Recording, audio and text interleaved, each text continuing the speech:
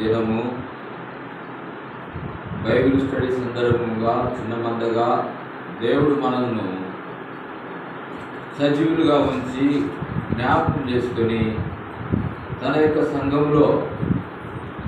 సంఘములుగా మనం చేర్చి బైబిల్ స్టడీకి రావడానికి దేవుడు మనకి ఇచ్చినటువంటి గొప్ప ధన్యతను బట్టి దేవునికి మనం ఎంతో కృతజ్ఞులమై ఉన్నాం. ఈనాడు సజీవులుగా ఉన్నామంటే దేవుని యొక్క ఉచితమైనటువంటి కృపయ. ఆ కృపను బట్టి మనం జీవిస్తున్నాం. ఏమైనటువంటి దేవుని పిల్లారా, ఈ యొక్క సాయంకాల సమయంలో, రాత్రి సమయంలో బైబిల్ స్టడీ సందర్భంగా కొన్ని మాటలు జీవగ్రంథంలో మనం చూసుకొని దాని ప్రకారం మన జీవితాన్ని పరీక్షించుకొని మన జీవితం నిత్యం పరీక్షిస్తూ శిల వేసుకుంటూ మన జీవిత ప్రయాణంలో మనము దేవుని యొక్క అడుగు జాడలలో మనం నడుస్తూ మన మరణ పర్యంతం మనం ఆ విధంగా చేస్తూ ఉండటం ద్వారా దేవుని రాకడ ఎప్పుడు వచ్చినా కూడా మనము దేవుని రాకడలో మనం ఎత్తపడతాము. దేవుని రాజ్యానికి మనం చేరగలము. యేసు ప్రభు దొంగ వలె వచ్చేస్తాను నేను చెప్తాను. మనం యామారి ఉన్నట్లయితే, సోమరుగా ఉన్నట్లయితే, అలక్ష్యంతో ఉన్నట్లయితే దేవుని రాకడలో దేవుడు మన విశ్వాసాన్ని చూసినప్పుడు, దేవుడికి అనుకూలమైన జీవితం నీ హృదయంలో లేనప్పుడు నువ్వు విడబడే అవకాశం ఉంటుంది అన్న సంగతి గుర్తు చేసుకో. ప్రతిదినం పరీక్షించుకుంటూ ఉండాలి. మనం లోకంలో జీవిస్తున్నప్పుడు ప్రతిదినం మనం పరీక్షించుకుంటూనే ఉండాలి. ఎందుకు? శత్రువైనటువంటి సైతాను నిత్యం మన మీద పోరాటం చేస్తూ ఉంటాడు. దేవుని బిడ్డలు అనబడే వారి మీద, బైబిల్ గ్రంథాన్ని అనుసరించే వారి మీద, సంఘానికి వచ్చే వారి మీద, వాక్యం చదివే వారి మీద, ప్రార్థన చేసుకునే వారి మీదనే సైతాను యొక్క పని నిత్యము కలిగి ఉంటాడు. వారి 24 hours దేవుని బిడ్డల మీదనే, దేవుని యొక్క ప్రసన్నతను వారు చూడకుండా, దేవుని మందిరానికి వెళ్ళకుండా, దేవుని యొక్క ఆత్మీయ జీవితంలో ముందుకు సాగలేకుండా వారిని నశింపజేయటకు, వారి విశ్వాసాన్ని కబలించి వేయటకు సాతాను నిత్యం పోరాడుతుంటాడు. లోకస్తుల మీదకి రాడు. దేవుని నమ్మిన వారి మీదనే, దేవుని యొక్క సంఘంలో నివసిస్తున్న వారి మీదనే, ప్రార్థన చేయ వారి మీదనే వారి దృష్టి నిత్యము కేంద్రీకృతమై ఉంటుంది. ప్రియమైనటువంటి దేవుని పిల్లరా, ఈ సమయంలో మన యొక్క ధ్యానాంశం, బైబిల్ స్టడీగా మనం నేర్చుకోవాల్సినటువంటి ధ్యానాంశం, మరి భక్తిహీనత వల్ల కలిగేటువంటి నష్టాలు. భక్తిహీనత వల్ల కలిగేటువంటి నష్టాలు. ఈ భక్తిహీనత అనేది ఎలా వస్తుంది అనేటువంటి మాటలు మనం కొద్దిగా ఆలోచన చేసి, ఈ భక్తిహీనత మనలో ఉన్నట్లయితే ఆ భక్తిహీనత నుండి మనకు విమోచన అనుగ్రహించుటకు దేవుని వేడుకొని దేవునిలో సంపూర్ణంగా మనం సాగిపోవాలని దేవుని యొక్క ఆశ.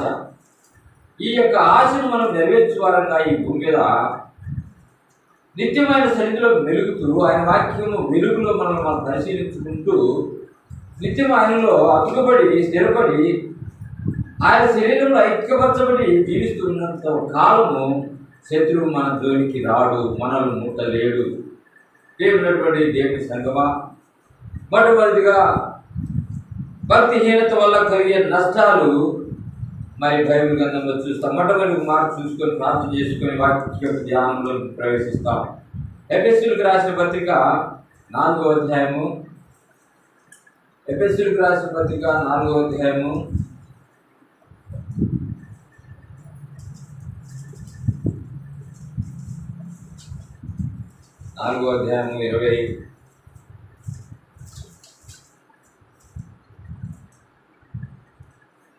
27వ వచనం. ఎఫెసీయులకు రాసిన పత్రిక 4వ అధ్యాయం 27వ వచనం.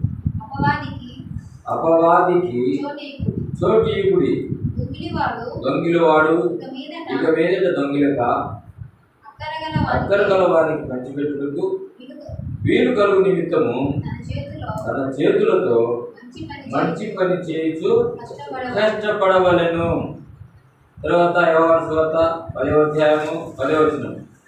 యోహాను సువార్త 10వ అధ్యాయం 10వ వచనం. యోహాను సువార్త 10వ అధ్యాయం 10వ వచనం. దొంగ దొంగతనమును హత్యను నాశనమును చేయుటకు వచ్చును గాని మరి దేనికి రాడు. చాలు, చిన్న ప్రార్థన చేసుకుంటాను. కళ్ళు మూసుకోండి. ప్రేమల తండ్రి, పరిశుద్ధుడైన దేవా, నీ పరిశుద్ధ పాదములను చేస్తున్నాం. ఇలా సందర్భంగా నిలిచి నీ గొప్ప సమయాన్ని బట్టి, ధన్యతను బట్టి నీకు వందనాలు చెల్లిస్తున్నాం. తండ్రి, వచ్చిన బిడ్డలు బట్టి వందనాలు. తండ్రి, గుర్తించండి. ఈ సమయంలో ప్రభా మమ్మల్ని సింహాసనాసనుడుగా మీరు ఉండండి. అందరి హృదయాలతో మీరు మాట్లాడండి. నిమ్మలైన స్వరాన్ని మాకు వినిపించండి. దేవా, నీ యొక్క సంఘము చుట్టూ నీ కంచెకు ప్రాకారంగా మీరు ఉండండి. దేవా, మా హృదయంలో నీ యొక్క మన్నాను కురిపించండి. అందరి హృదయాలతో మీరు మాట్లాడండి. నిలబడుతున్న దాసుని మీరు అభిషేకించండి. నీ శిలువ చాటు మరుగుపరుచుకొని నిన్నటి గురగామంలో వాడుకొని తండ్రి సహాయం చేయండి. ఈ విధంగా నీ యొక్క ఆత్మ సంచారం మాకు తెగించండి. తండ్రి, ఆద్యంతా మీరు నడిపించండి. ఇప్పుడు చూపించి ఈ ఆత్మ జ్ఞానం మాకు అనుగ్రహించమని, ఈ జీవ గ్రంథంలోని మాటలు మాకు వివరించమని, దాన్ని మేము సరిచేయబడి అపవాదిని ఎదిరించే కృప మాకు అనుగ్రహించమని, శక్తి దయచేయమని యేసు పరిశుద్ధ నామం పేరు ప్రార్థించి స్తుతించి అడిగి వేడుకుంటున్నాం మా తండ్రి. ఆమేన్. ప్రియమైనటువంటి దేవుని బిడ్డలారా, దొంగ దొంగతనమును హత్యను నాశనమును చేయుటకు కానీ మరి దేనికి రాడు అని బైబిల్ గ్రంథం సెలవిస్తుంది.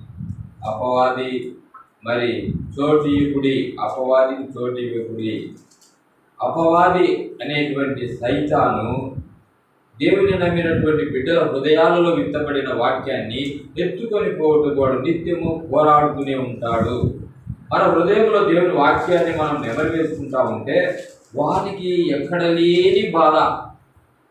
ఎందుకు? దేవుని యొక్క వాక్యం నీలో ఉంటే దేవుని ఆత్మ నీలో పనిచేస్తుంది అని అర్థం. దేవుని వాక్యాన్ని నువ్వు నెమరు వేసుకుంటూ వాక్యపు వెలుగులో నిన్ను నువ్వు పరీక్షించుకుంటూ నీవు జీవిస్తూ ఉంటే వానికి ఎక్కడ లేని కోపం, బాధ ఎప్పుడు నీ మీదనే దృష్టి ఉంచుతూ ఉంటాడు. 24 గంటలు వారి పని దేవుని బిడ్డలను ఏ విధంగా వారి బలహీనత ఉంటుందో, ఏ విధంగా వారి బలహీనత కలిగి ఉంటారో, వారి యొక్క వీక్నెస్ పాయింట్స్ ఏమేమి ఉంటాయో అవన్నీ కూడా వారికి బాగా తెలుసు. వాడు అంధకార సంబంధమైనటువంటి దురాత్మ. వాడు అబద్ధికుడు, అబద్ధములకు జనకుడు. వాడు దోచుకుని వాడు. దొంగ దేనికి వస్తాడు? మన ఇంటికి వచ్చి మంచిగా కూర్చొని ఆనందించి వెళ్తాడా? వెళ్ళడు.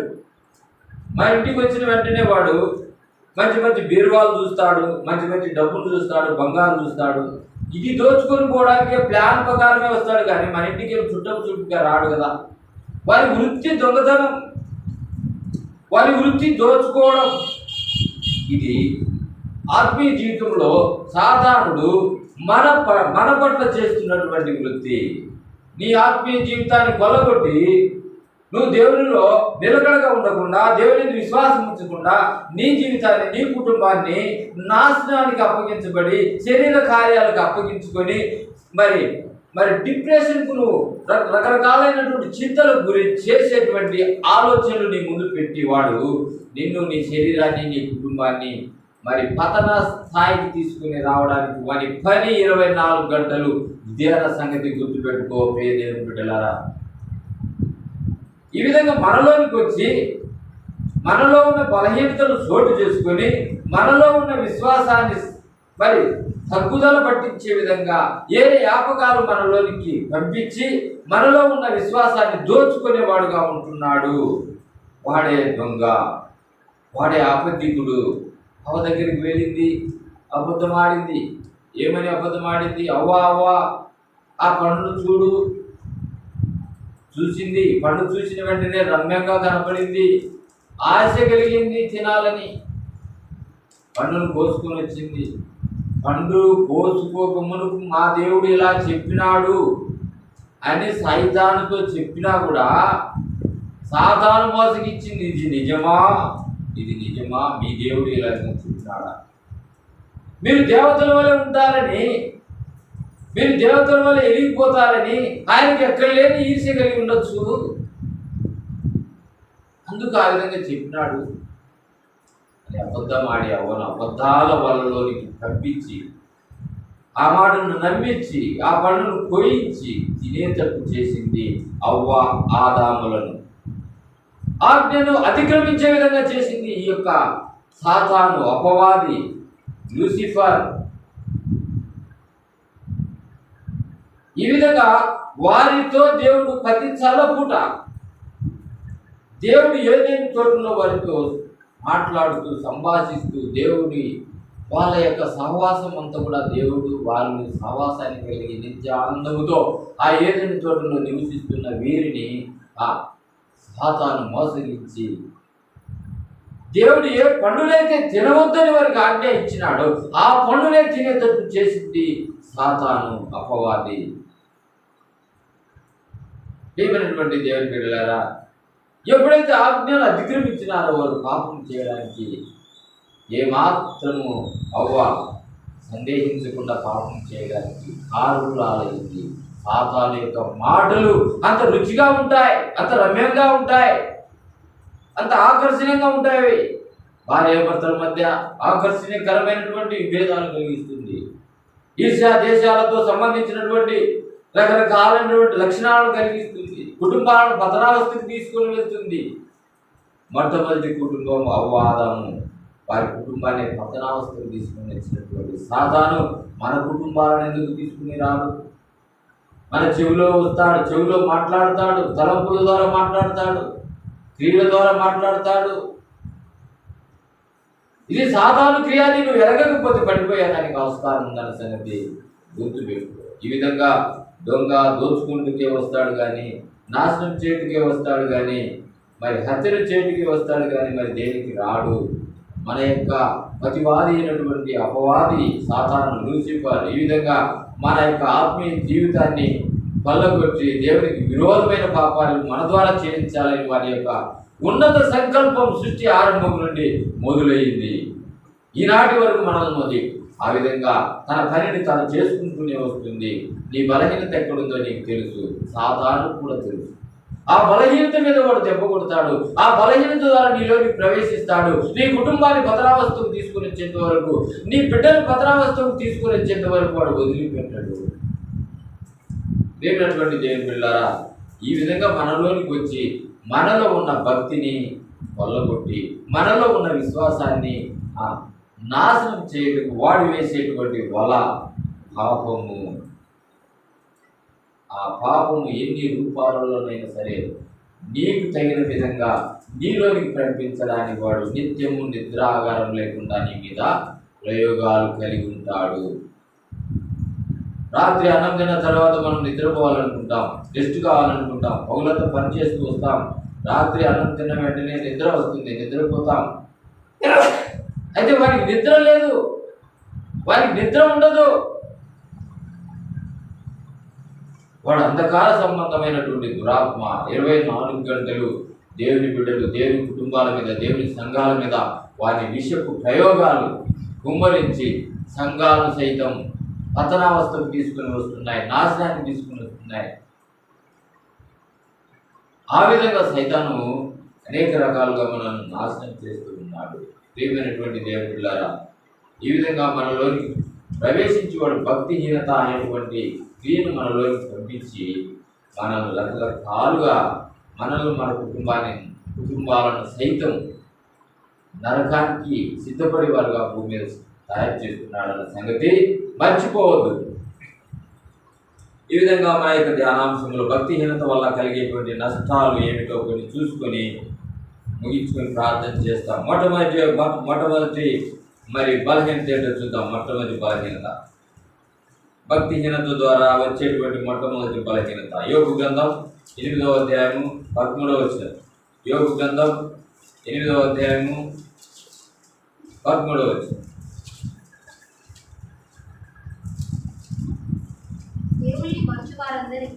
దేవుని మరచు వారందరికీ దేవుని మరచు వారందరి గతి అట్లే ఉండును. చదవాలి అర్థం మారిపోతుంది. భక్తిహీనుని ఆశ నిరర్థకమగును. భక్తిహీనుని యొక్క ఆశ నిరర్థకమగును. అదంతా కూడా ఒకటే. కాబట్టి యోబు గ్రంథము 8వ అధ్యాయం 13వ వచనంలో భక్తిహీనత ద్వారా, భక్తి ఉంది కానీ భక్తులమని చెప్పుకుంటున్నాము, క్రైస్తవులమని చెప్పుకుంటున్నాము, దేవుని బిడ్డలమని చెప్పుకుంటున్నాం, కానీ తగినంత భక్తి లేదు, ఉండవలసినంత భక్తి లేదు. 30%, 60%, 100% సంపూర్ణత, తగినంత భక్తి లేదు. పేరు అయితే ఉంది కానీ తగినంత భక్తి మనలో లేదు. ఈ వ్యక్తినే భక్తిహీనుడు అంటాడు. ఈ వ్యక్తినే భక్తిహీనులు అంటారు. ఈ భక్తిహీనత నీలో ఉండటం ద్వారా నీవు కోరుకునేటువంటి ఆశ భంగమైపోతుంది. దేవుని వాక్య ప్రకారము భక్తిహీనుని యొక్క ఆశ భంగమైపోతుంది. ఏ విధంగా భంగమైపోతుంది? నీ జీవితంలో కొన్ని సాధించాలనుకుంటావు, నీ జీవితంలో కొన్ని కావాలనుకుంటావు, నీ జీవితంలో మరి ఎంతో అభివృద్ధి కావాలా, ఎన్నో రకాలైనటువంటి ఉన్నత స్థానంలో నా జీవితాన్ని నేను కలిగి ఉండాలా దేవుని ద్వారా నువ్వు అనుకుంటావు. కానీ నీలో ఉన్న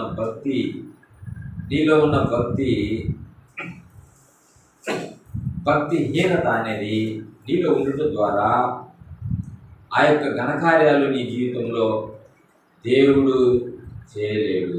ఎందుకు? భక్తిహీనత ద్వారా నీ దోషం, భక్తిహీనత ద్వారా నీ బలహీనత, భక్తిహీనత ద్వారా నీ పాపం దేవుని ఆశీర్వాదాలు రానియకుండా ఆటగిస్తుంది. రక్షింపలేనుకు ఉండునట్టు నా చేతులు గురుచ కాలేదు, వినలేనుకు ఉండునట్టు నా చెవులు మందము కాలేదు. మీకును మీ దేవునికి మీ దోషము, మీ పాపం అడ్డముగా వచ్చుతున్నారు కనుక ఆలకింపకుండా ఉన్నాడు. కాబట్టి నీలో ఉన్నటువంటి భక్తి ఎంత పర్సెంటేజ్ ఉంది, ఏ స్థాయిలో నీ భక్తి ఉంది, ఏ స్థాయిలో నీ భయం ఉంది, సంపూర్ణ భయం ఉందా, సంపూర్ణ భక్తి ఉందా? అలాగైతే నువ్వు ఆశ్రయించబడతావు. చదువుల్లో గొప్ప ఉన్నత స్థానానికి వస్తావు. చదువులో గొప్ప ఉన్నత స్థానానికి రావడమే కాదు, మంచి ఉద్యోగాన్ని కూడా దేవుడు ఇవ్వాలనుకుంటాడు. నీకు ఏదైనా అప్పుల సమస్య ఉందా, అప్పుల సమస్య కూడా తీర్చగలడు. రోగం ముదిరిందా, రోగాన్ని కూడా తీర్చి రోగాన్ని పారదోలి నిన్ను స్వస్థపరచగలడు, ఆరోగ్యవంతునిగా మార్చగలడు. ఈ ఆశలన్నీ నీకు ఉన్నాయి కానీ తీరడం లేదు. కారణం భక్తిలో కొరత. దానినే భక్తిహీనత అని అంటారు. దేవుని మనసు వారందరి గతి అట్లే ఉండును. భక్తిహీనుని ఆశ నిరర్థకమగును. అతని ఆశ భంగమగును. నీ కోరికలు ఉండొచ్చు కానీ దానికి తగినంత భక్తి నీలో లేకపోతే నీ ఆశను దేవునిలో నువ్వు తీర్చుకోలేవు. రావాల్సినటువంటి ఆశీర్వాదాలన్నీ కూడా ఆగిపోయే పరిస్థితి ఉంది. భక్తిహీనత వల్ల భయం ఉంటుంది, భక్తి ఉండదు. భక్తి ఉంటుంది, భయం ఉండదు. దీని ద్వారా నీలో ఉన్నటువంటి ఆ కొంచెము భక్తిని కూడా ఆ సాతాను కొల్లగొట్టేదానికి ప్రయత్నం చేస్తూ ఉంటాడు. అందుకే మనం ఆశీర్వదించబడలేకపోతున్నాము. దేవుని నుండి అభివృద్ధికరమైనటువంటి కార్యాలు చేయలేకపోతున్నాము. దీనికి మన శరీరము, మన యొక్క ప్రాణము, మన ఆత్మ సిద్ధముగా లేదన్న సంగతి గుర్తుపెట్టుకోవాలి. భక్తిహీనత వల్ల వేరు కోరుకున్నా అది జరగడం లేదు. భక్తి ఎంతవరకు, భయం ఎంతవరకు ఉంది? సంపూర్ణతలో ఉన్నావా, సగంలో ఉన్నావా, 4% ఉన్నావా? నువ్వు పరీక్షించుకో. నీలో నువ్వు గొప్పవాడు కాలేకపోతున్నావు, గొప్ప ధనవంతుని కాలేకపోతున్నావు, గొప్ప మరి ఉన్నత స్థానంలోనికి నీ చదువును బట్టి ఉద్యోగాలు రాలేకపోతున్నాయి. కారణం ఏమిటి? నీ జీవితంలో ఉన్నటువంటి అనారోగ్యానికి కారణం, నీ జీవితంలో ఉన్న కష్టాలకు కారణం ఏంటంటే మనలో ఉన్న భక్తిహీనతే. భక్తిహీనుడి యొక్క ఆశ భంగమైపోతుంది. భక్తిహీనుడి యొక్క ఆశ నిరంతరమైపోతుంది. రెండవదిగా చూస్తాం, యోబు గ్రంథం 13వ అధ్యాయం 16వ వచనం. యోబు గ్రంథం 13వ అధ్యాయం 16వ వచనం.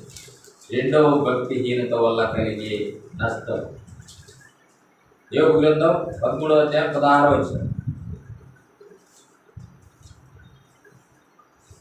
ఇదియు నాకు రక్షణార్థమైనదగును. భక్తిహీనుడు ఆయన సన్నిధికి రా తెగింపడు. భక్తిహీనుడు ఆయన సన్నిధికి రా తెగింపడు.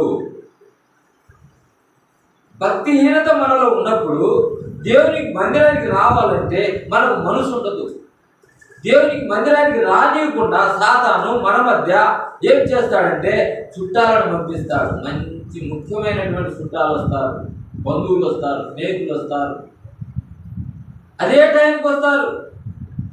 ఇంత మంచి ఎప్పుడు రాని చుట్టాలు ఈ దినం మన ఇంటికి వచ్చినారు కదబ్బా, ఏం పోతాం మందిరానికి, ఏం లేదు ఈరోజు పాకపోతే ఏమవుతుంది? భక్తిహీనత వల్ల మాటలు వస్తాయి మన హృదయంలో నుండి. తర్వాత ఫంక్షన్లు, ఆ రోజే ఫోన్ చేస్తాడు నీ స్నేహితుడు, నీ ముఖ్యమైన వాడు, నీ అన్నదమ్ముడు, అతి ముఖ్యమైన బంధువు, చిన్ననాటి స్నేహితుడు, ఎప్పుడు చేయని స్నేహితుడు, అప్పుడే ఫోన్ చేస్తాడు. అయ్యా ఈరోజు ఉదయం 10 గంటలకు నా యొక్క కూతురు పెళ్ళి, ఈరోజు ఉదయం 10 గంటలకు నా కుమారుని బర్త్డే, ఈరోజు ఉదయం 10 గంటలకు నేను షష్ఠి చేసుకుంటున్నాను, నా ఇంట్లో ఘనముగా గొప్ప విందు డిన్నర్ ఏర్పాటు చేసినాను, చిన్ననాటి స్నేహితుడు, సొంత బంధువులు, ముఖ్యమైన వాడు, ఇది ఖచ్చితంగా నువ్వు నీ కుటుంబంతో రా. ఫోన్లు వస్తాయి, చుట్టాలు వస్తారు.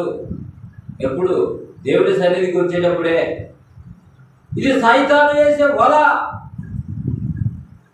ప్రియమైనటువంటి దేవుని పిల్లరా, మందిరానికి రావడానికి బుద్ధి ఉండదు, మందిరానికి రా తెగింపుడు, తెంపు ఉండదంట.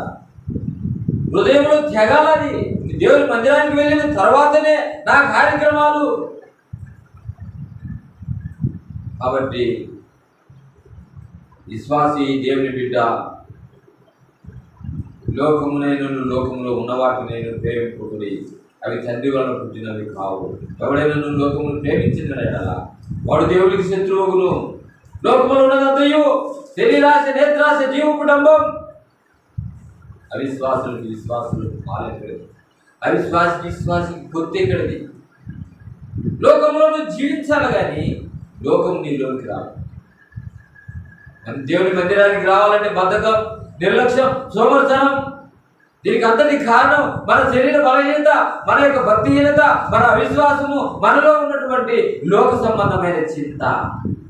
దీనిని భక్తిహీనత వాడు తీసుకుని వెళ్తారు. దేవుని మందిరానికి, దేవుని సన్నిధికి రానియకుండా ఎంతో మంది ఆదివారాలు కూడా ఎగగొట్టుకొని ఉన్నారు అనేక సంఘాలలో. వారికి తెలీదు దీని గుండా వచ్చే నష్టం, వారికి తెలీదు దీని గుండా వచ్చే వ్యాధి, వారికి తెలీదు దీని గుండా వచ్చేటువంటి భయంకరమైన శిక్ష. దేవుని బిడ్డలంగా దేవుడు మన నుండి ఏం కోరుతున్నాడు? నా బిడ్డలు గొప్ప ఐశ్వర్యవంతులు కావాలా, ఉన్నత స్థానంలో నా బిడ్డలు పెట్టాలా, వారిని నేను సంపూర్ణంగా చేయాలని కోరుకుంటున్నా. ఆ దేవుని యొక్క ఆశీర్వాదాలన్నీ కూడా కోరుకుంటున్నాము. ఈ లోక సంబంధమైన దృష్టిని కలిగి సాతానుకు లోబడ్డామని బట్టి మందిరానికి రాలేకపోతున్నాము. రా తెగింపుడు. భక్తిహీనత నీలో ఉంటే మందిరానికి నువ్వు రాలేవు. యోబు గ్రంథం 18వ అధ్యాయం 5వ వచనం. యోబు గ్రంథం 18వ అధ్యాయం 5వ వచనం. 3వ భక్తిహీనత వల్ల కలిగే నష్టం. యోబు గ్రంథం 18వ అధ్యాయం 5వ వచనం చూద్దాం. భక్తిహీనుల దీపము ఆర్పివేయబడును, వారి అగ్ని జ్వాలలు ప్రకాశింపక పోవును. చాలు. భక్తిహీనుల యొక్క దీపం ఆర్పివేయబడును. రక్షింపబడిన నాటి నుండి నువ్వు వెలిగించబడినటువంటి నీ హృదయంలో ఆత్మ దీపాన్ని దేవుడు పెట్టి నేను వెలిగిస్తూ ఉన్నాడు. ఆ యొక్క వెలుగుతున్నటువంటి నీ యొక్క ఆత్మ దీపాన్ని ఈ యొక్క ప్రతివాది అయినటువంటి సైతాను వాడు ఆర్పివేయటం ఎన్నో బాణాలు నీ మీద విసురుతూనే ఉంటాడు. ఆత్మ దీపం నీకు ఆరిపోయినట్లయితే నీకు దేవుని ఎడల వాక్యం చదవాలని ఇంట్రెస్ట్ ఉండదు, దేవుని వాక్యం వినాలన్న ఇంట్రెస్ట్ ఉండదు, దేవుని మందిరానికి పోవాలన్న ఇంట్రెస్ట్ ఉండదు. నీ పిల్లలు, నీ కుటుంబము దేవుని మందిరంలోనికి వచ్చి దేవుని వాక్యం విని రక్షణ పొందాలనేటువంటి ఆ తపన నీకుండదు. ఎందుకు? నీలో ఉన్నటువంటి భక్తిహీనత నీలో ఉన్న ఆత్మదీపాన్ని ఆర్పేస్తుంది. దేవుని బిడ్డలారా, ప్రార్థన చేసుకోనీయకుండా నీలో ఉన్న భక్తిహీనత నిన్ను అణిచివేస్తుంది. ఏం చేస్తావులే ప్రార్థన, ఈరోజు అలసిపోయించినాను, ఏం చేస్తాంలే ఈరోజు ఒక్కరోజు చేసుకోకుంటే ఏమవుతుందిలే. భక్తిహీనత, భక్తి, దేవుడంటే భయం లేదు. ఈ విధంగా మరి పాట కూడా రాసినాడు. యేసన్న అనే భక్తుడు పాట కూడా రాసినాడు. ఆయన పాట కూడా మంచి పాట. అది ఆ దీపము వెలిగించువాడు. ప్రియమైనటువంటి దేవుని పిల్లారా, ఆత్మ దీపాన్ని నీ చేతులారా నువ్వే ఆర్పివేసుకున్నట్లయితే నీ కుటుంబంలో చీకటి అలుముకుంటుంది, నీ కుటుంబంలో చింత అలుముకుంటుంది, నీ కుటుంబంలో భయం అలుముకుంటుంది, నీ కుటుంబంలో వ్యాధులు అలుముకుంటాయి, నీ కుటుంబంలో కష్టాలు ఎదురవుతాయి. దేవుని చేతులేకి వచ్చినావు. ఆయన ఆశీర్వాదములు పొందుటే నీ యొక్క ముఖ్య కర్తవ్యముగా దేవునిలో భక్తిహీనత అనేటువంటి ఆ పాపాన్ని నువ్వు దూరపరుచుకొని దేవునిలో సంపూర్ణత కలిగి దేవుని యొక్క భయము భక్తి కలిగి జీవించినట్లయితే ఆత్మదీపాన్ని నువ్వు వెలిగించుకున్నవాడు అవుతావు. దేవుడు వెలిగించాలి నీలో నీ యొక్క ఆత్మదీపాన్ని. అంటే నీలో ఉన్న భక్తిహీనతను తీసివేసుకోవాలి. భక్తి ఉంది 4%, 20%, 50%, 100%, ఎంత ఉంది నీలో భక్తి? దాన్ని బట్టి నువ్వు పరలోక రాజ్యాన్ని లేదో పరీక్షించుకునేటువంటి ఈ స్థానమే నీ జీవితంలో ఈ లోకంలో ఉన్నంత కాలం. ఆ విధంగా నువ్వు పరీక్షించుకుంటూ భక్తిహీనతను నువ్వు వదిలిపెట్టినట్లయితే, ఆ విధంగా భక్తిహీనుడిగా నువ్వు జీవించినట్లయితే నీ దీపము ఆర్పివేయబడును.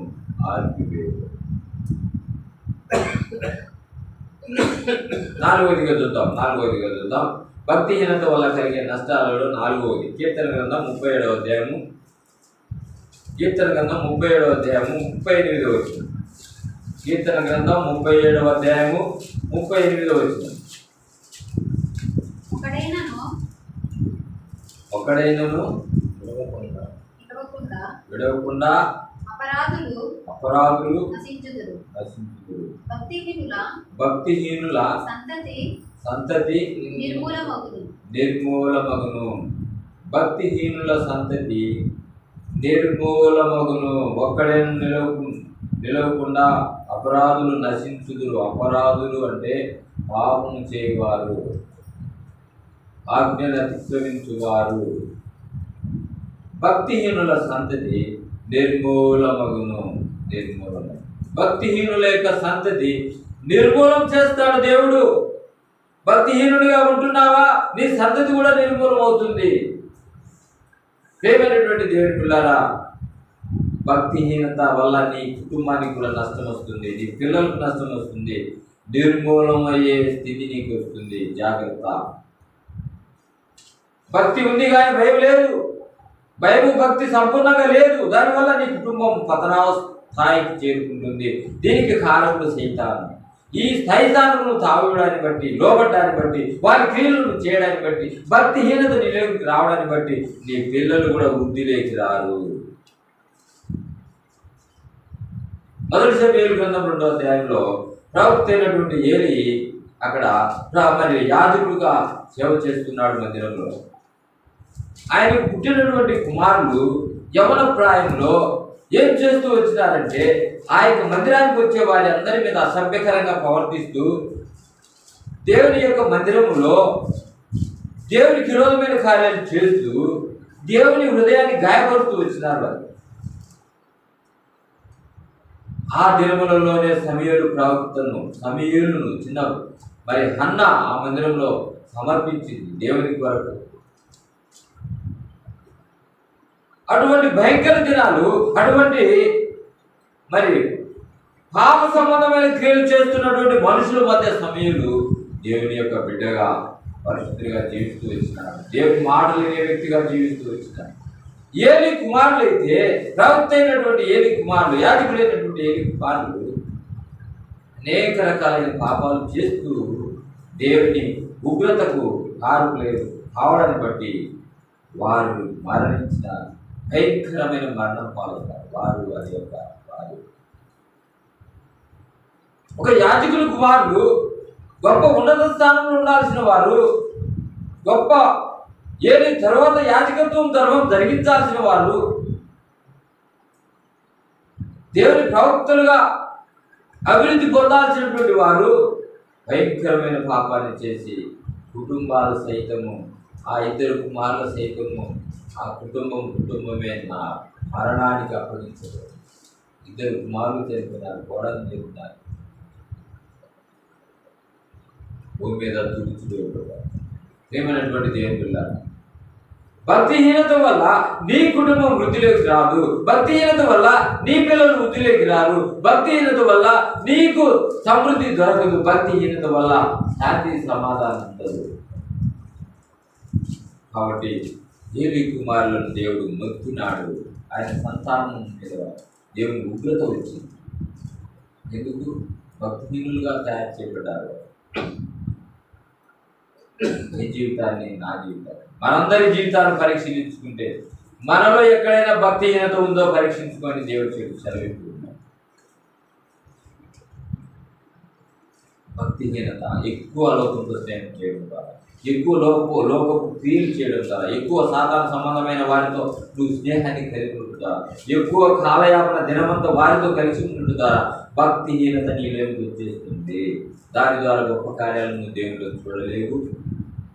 నీ కుటుంబంలో వృద్ధి, దేవుని యొక్క అభివృద్ధి, ఆశీర్వాదాలు గమనించబడవు. ఎందుకు? కారణం ఏంటి? చూడండి, ఇర్మీయా గ్రంథం 17వ అధ్యాయం 5వ వచనం ఉంటుంది. ఇర్మీయా గ్రంథం 17వ అధ్యాయం 5వ వచనం.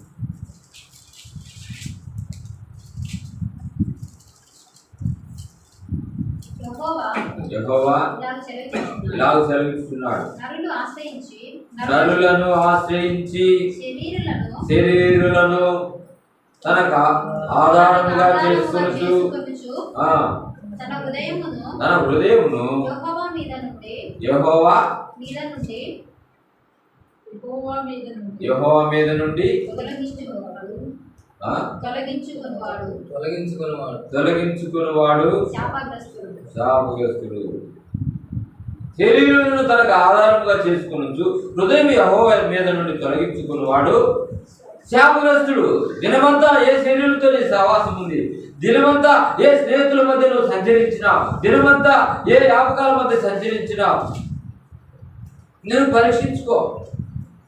నీ హృదయం శరీరాలను ఆధారం చేసుకున్నట్లయితే నువ్వు శాపగ్రస్తుడు. వాడు ఎడారిలోని అరావృక్షములో ఉండును, మేలు వచ్చినప్పుడు వాడికి కనబడదు. కాబట్టి శాపమే కాదు, దేవుని మేలు నీ దగ్గరికి వచ్చింది, నీకు మాత్రం కాదు. అది భక్తిహీనత వల్ల నీకు వచ్చే నష్టం. మీకు మేలు జరుగుకుంటూ మీ పాపములే కారణమని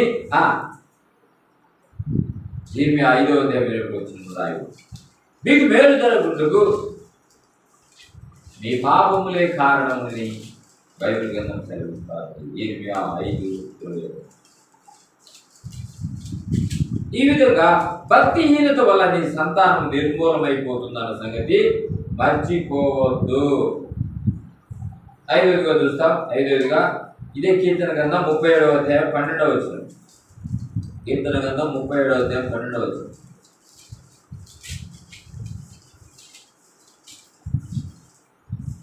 భక్తిహీనులు నీతిమంతుల మీద దురాలోచన చేయుదురు, వారిని చూచి పన్ను కొరుకుదురు.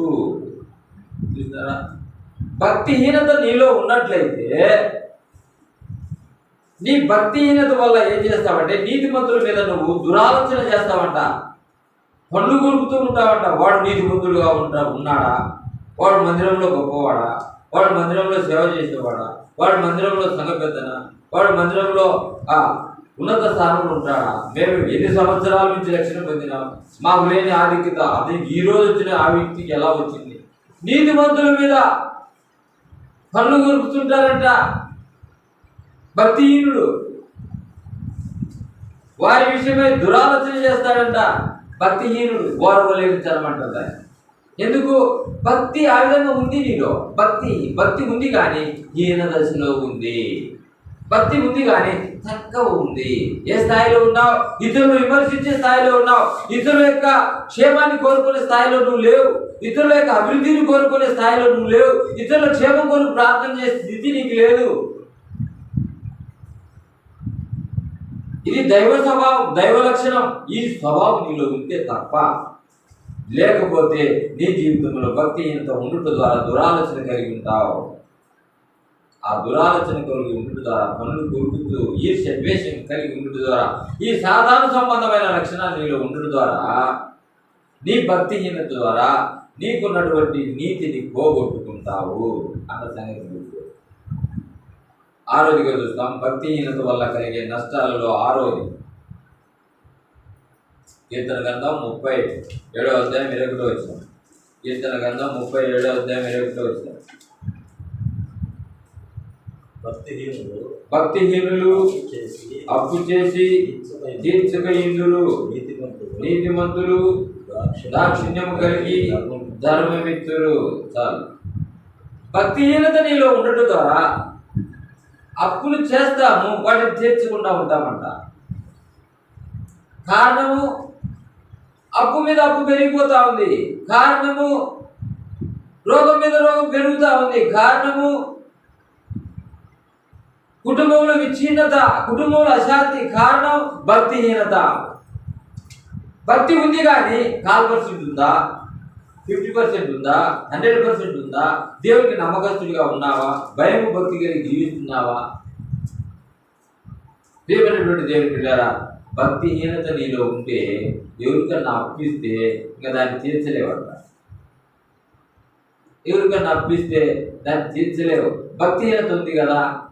నువ్వు భయభక్తులు కలిగి జీవిస్తే దేవుడిచ్చే ఆశీర్వాదాలు చూడండి. ఇక్కడ ద్వితీయోపదేశకాండము 15వ అధ్యాయము 5వ వచనం. ద్వితీయోపదేశకాండము 15వ అధ్యాయము 5వ వచనం. 15వ అధ్యాయం 5వ వచనం. కావున నేడు నేను నీకు ఆజ్ఞాపించుచున్న ఈ ఆజ్ఞలన్నిటినీ అనుసరించి నడుచుకొనుటకు నీ దేవుడైన యెహోవా మాటను జాగ్రత్తగా విని ఎడల మీలో బీదలు ఉండనే ఉండరు. తీసినామా? ఈ గ్రంథంలో ఈ మాటను దేవుడు ఎంతగా ప్రత్యక్షపరుస్తున్నాడో ఒకసారి ఆలోచించేది. భక్తిహీనులు అప్పు చేసి తీర్చుకు ముందురని రాయబడింది. భక్తిహీనత ఉండడం వల్ల అప్పుల సమస్య అధికమైపోతుంది. దాన్ని తీర్చలేని స్థాయి మనకుంటుంది. కారణం నువ్వు ఆశ్రయించబడకుండా ఉండడానికి గల కారణము నీలో భక్తిహీనత ఉండడాన్ని బట్టి నువ్వు ఆశ్రయించబడలేకపోతున్నావు, ఐశ్వర్యవంతునిగా మార్చబడలేకపోతున్నావు. ప్రేమైనటువంటి దేవుని బిడ్డలారా, ఈ సమయంలో భక్తిహీనత వల్ల కలిగే నష్టాలలో మరి 7వదిగా మరి మనం చూసినట్లయితే అప్పు చేసి తీర్చుకో ముందురు అని రాయబడింది. 8వదిగా చూస్తాం. కీర్తన గ్రంథం 32వ అధ్యాయం 10వ వచనం. కీర్తన 32:10. కీర్తన గ్రంథం 32వ అధ్యాయం 10వ వచనం. భక్తిహీనులకు అనేక వేదనలు కలుగుచున్నవి. ఎన్ని వేదనలో? అనేకమైన వేదనలు కలుగుతున్నవి. 12 ఏళ్ల రక్తస్రావం కలిగినటువంటి స్త్రీ 12 సంవత్సరాలు రక్తస్రావంతో అనేక వేదనలు పడింది. అనేక వైద్యుల చుట్టూ తిరిగింది. అనేక మందులు వాడింది. 12 సంవత్సరాలు రక్తస్రావముతో ఆమె పడిన బాధ ఆమెకే తెలియదు. అనేక వైద్యుల దగ్గరికి వెళ్ళినా ఆ రోగం బాగా కావడం లేదు. అనేక డాక్టర్ల చుట్టూ అనేక మందులు తిని ఆ రోగం బాగవుతుందని ఎంతగా తన జీవితంలో ఉన్న డబ్బంతలో ఖర్చు పెట్టి వేస్తారి. ఇక నాకు ఏది చేత కాదు, నా జీవితంలో నాకు మరణమే శరణం అనుకున్నటువంటి క్షణములో దేవుని యొక్క ఆలోచన ఆ బిడ్డకు అనుగ్రహించదు. ఏమనుకున్నది ఆమె? యేసు ప్రభు వస్తే ఆయన వస్త్రపు చెంగు ముట్టితే చాలు నేను బాగుపడతాను అనుకున్నదంట. మనసులో అనుకున్నది. యేసు ప్రభు ఆ దినం ఆ రోజు ఆ యొక్క దారి గుండా వస్తూ ఉన్నప్పుడు, అనేక జన సమూహం మధ్యలో ఆయన ప్రయాణం చేస్తూ ఉన్నప్పుడు ఏ విధంగా అయినా సరే ఆయన వస్త్రపు చెంగు ముట్టాలన్న తీర్మానం ఆమెలో కలిగింది. ఎప్పుడైతే మనసులో అనుకున్నదో నేను బాగుపడతాను అనుకున్నది పోయింది, ఆయన వస్త్రపు చెంగు ముట్టింది. వెంటనే ఆమె రక్తధార కట్టెనుంటాయి. ఎన్ని సంవత్సరాలు? 12 సంవత్సరాలు రక్తస్రావంతో ఎన్నో ఇబ్బందులు, ఎన్నో వేదనలు, ఎన్నో శ్రమలు, ఎంతో డబ్బు ఖర్చు. ఒకరోజు ఒక మాట తన హృదయంలో అనుకుంటం ద్వారా ఇన్ని సంవత్సరాలు పడినటువంటి వేదనలంతా కూడా తుడిచివేయబడ్డాయి. వస్త్రపు చెంగు ముట్టితే చాలు బాగుపడదని అనుకునేది. ఆ పని చేసింది. ఎంత కష్టమైన, నష్టమైన, ఎంత ఇబ్బంది అయినా సరే జన సమూహం మధ్యలోనికి వెళ్ళి యేసుప్రభు యొక్క వస్త్రపు చెంగును తాకింది. తాకిన వెంటనే నా ప్రభావము నాలో నుండి బయలుదేరింది.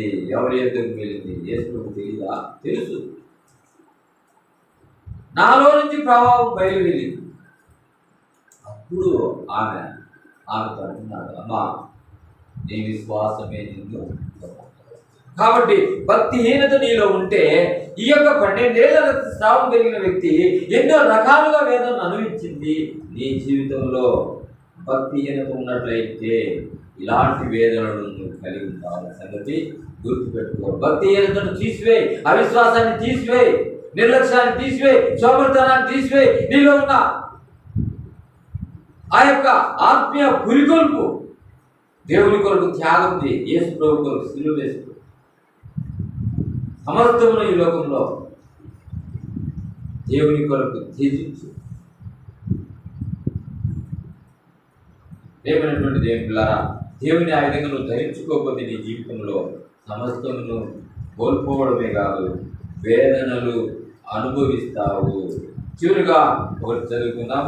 మరి భక్తిహీనత వల్ల కలిగే నష్టాలలో 8వ చూసుకుందాం. సామెతల గ్రంథం 11వ అధ్యాయం 21. సామెతల గ్రంథం 11వ అధ్యాయం 21.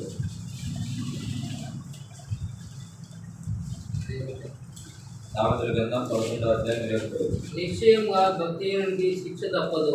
నిశ్చయముగా భక్తిహీనునికి శిక్ష తప్పదు.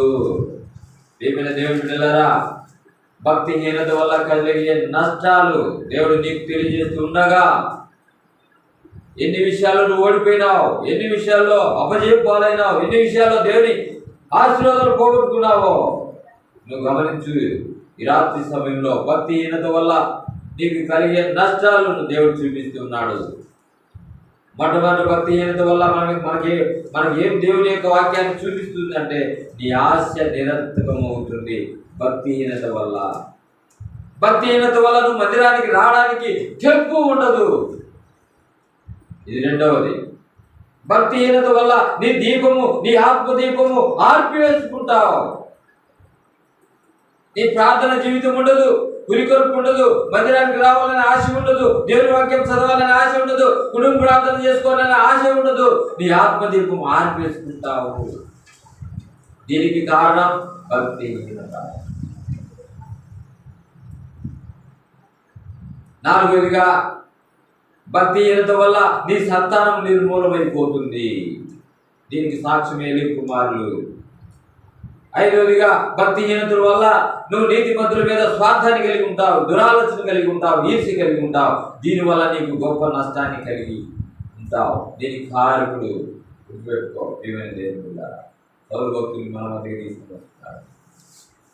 ఈ విధంగా నివేదించడానికి ఇస్తాయి. ఏమైనా దేవుని బిడ్డలారా, నీతిమంతుల మీద దురాలోచన చేయుదురు. భక్తిహీనత నీలో ఉంటే ఇతరుల క్షేమాన్ని నువ్వు ఓర్చుకోలేవు, ఇతరుల అభివృద్ధిని చూసి తట్టుకోలేవు, ఇతరుల యొక్క పరిచయం చూసి తట్టుకోలేవు. రెండు దొరుకుతారు. అలాంటి దురాలోచన నీలో ఉంటుంది. భక్తిహీనత వల్ల నీలో స్వార్థం, ఈర్ష్య, ద్వేషం అధికమైపోతుంది. ఆరోదిగా భక్తిహీనుడు అప్పు చేసి తీర్చుకు ఉంటాడని రాయబడింది. 7వదిగా భక్తిహీనుడికి అనేక వేదనలు కలుగులని రాయబడింది. 12 ఏళ్ల రక్తస్రావం కలిగిన స్త్రీని మన మధ్యకి తీసుకుని వచ్చినాడు. నీ స్థితి ఎలా ఉందో గమనించుకో, పరీక్షించుకో. ఆరోగ్యం కావాలన్నా, ఐశ్వర్యం కావాలన్నా, కుటుంబం ఆశ్రయించబడాలా, కుటుంబంలో ఉన్న ప్రతి ఒక్క రక్షణ పొందాలనే ఆశ నీకుందా? భయం నీకుందా? భక్తి నీకుందా? పరీక్షించుకో. భక్తిహీనత నీలో ఉన్నట్లయితే ఇలాంటి ఆశీర్వాదాలన్నీ పోగొట్టుకొని ఇలాంటి బలహీనతలు, ఇలాంటి శిక్షలు కొని తెచ్చుకుంటావు. భక్తిహీనత వల్ల అనేక వేదనలు అనుభవిస్తావు. భక్తిహీనుడికి శిక్ష తప్పదు. భక్తిహీనుడికి శిక్ష తప్పదు. దేవుని బిడ్డలుగా ప్రారంభించబడి దేవుని వాక్యం ద్వారా రక్షణ పొందబడి బాప్తిస్మం తీసుకొని దేవుని సంఘములో అంగముగా చేర్చబడినటువంటి దేవుని బిడ్డగా, దేవుని ముద్ర వేయబడినటువంటి దేవుని బిడ్డగా నీ జీవిత కాల ప్రమాణంలో భక్తిహీనత చేసుకుంటు ద్వారా సంసోనును దేవుడు ఈ లోకానికి పంపడంలో ఉన్న ఉద్దేశం ఏమిటి? సంసోను అనేటువంటి వ్యక్తిని, అనేటువంటి యవనస్తుని తల్లి గర్భంలోనే నాజూలు చేయబడి దేవుని కొరకు ఫిలిష్తీయులను హతమార్చుని కొరకు దేవుడు ఏర్పరచుకున్నటువంటి సాధనముగా సంసోను ఈ లోకానికి దేవుడు పంపితే తన యవన ప్రాయంలోనే స్త్రీ ఆమోహంలో పడి యవన ప్రాయంలోనే ఫిలిష్తీయులతో స్నేహం, ఫిలిష్తీయుల యొక్క స్త్రీలతో స్నేహం చేయడాన్ని బట్టి దెలీలా అనేటువంటి ప్రేమ వలలో పడి భక్తిహీనతలోనికి మునిగిపోయి చివరికి తన ప్రాణాన్ని పోగొట్టుకున్నాడు. 2 కళ్ళు ఊడబెరుకున్నాడు. ఆ దోగముల గూడలో నడి స్తంభాలలో కట్టబడి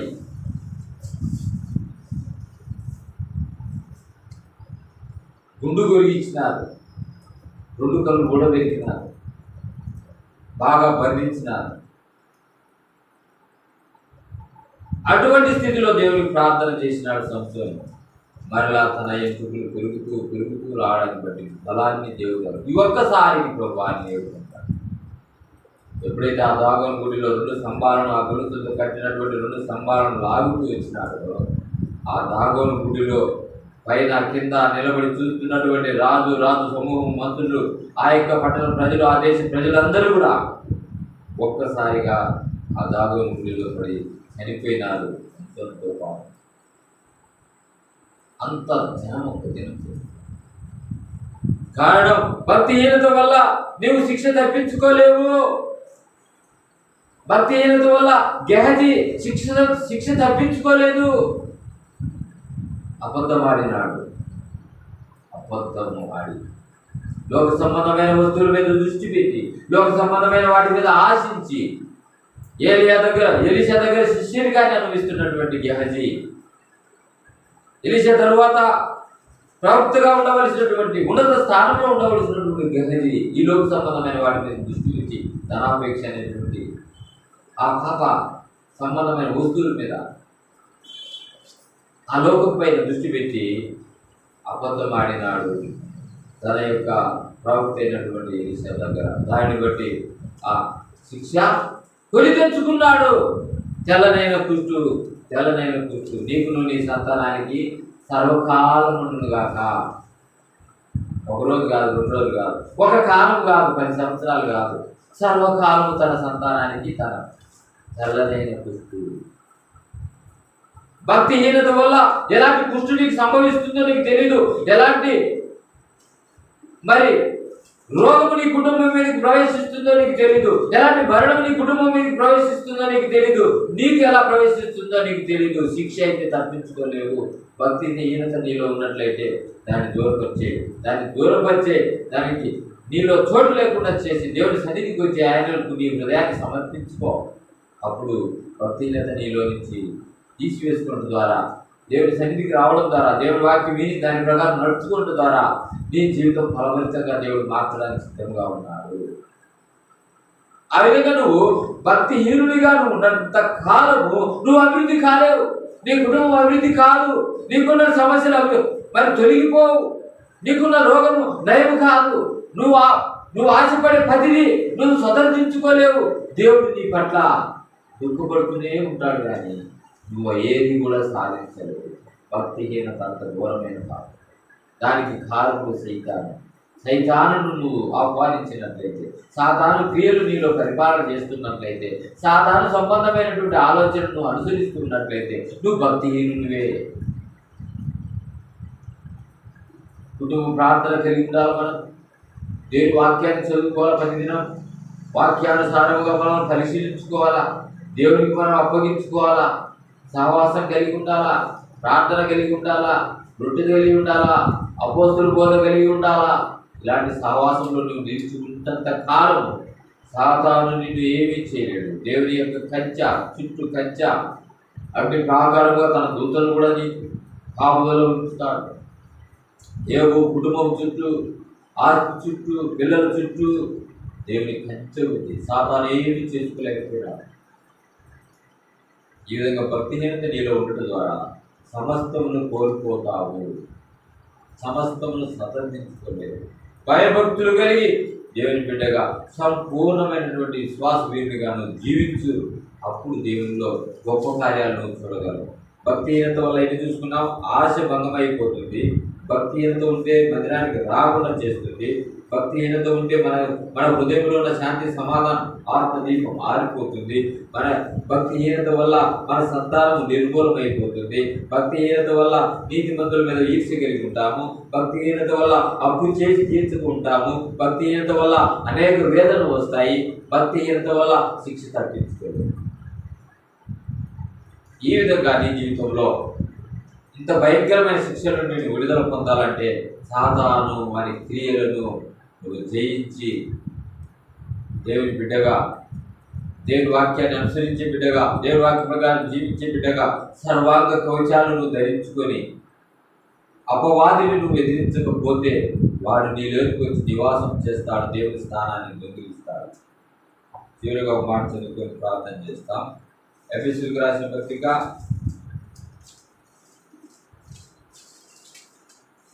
4వ అధ్యాయము, ఎఫెసీయులకు రాసిన పత్రిక 4వ అధ్యాయము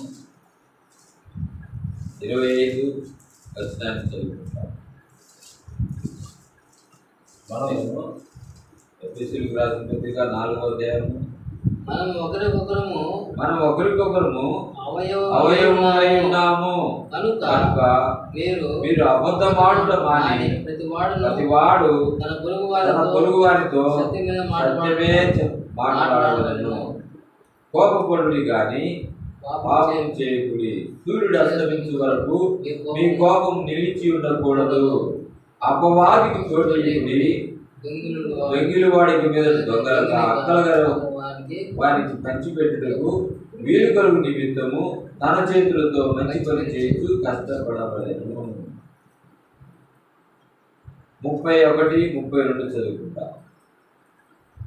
సమస్తమైన ద్వేషము, కోపము, క్రోధము, అల్లరి, దూషణ, సకలమైన దుష్టత్వం మీరు విసర్జించుడి.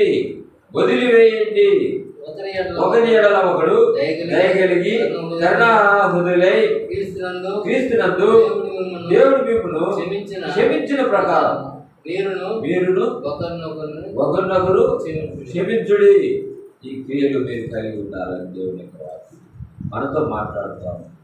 31వ వచనంలో ఉన్నటువంటి ఏ క్రియ నీలో ఉన్నట్లయితే భక్తిహీనత నీలోకి వచ్చినట్లయితే వాటి భక్తిహీనత తొలగించుకొని అపవాదిని ఎదిరించి అపవాది క్రియలను మనము తొలగించుకొని విసర్జించి సర్వాంగ కవచములైనటువంటి ఆత్మీయ కంఠాన్ని మనం ధరించి అపవాదిని ఎదిరించి వారిని ఓడించి చిదవదక్కి జయ వీరులముగా యేసుక్రీస్తు నామములో మనం వర్ధిల్లుదుముగాక.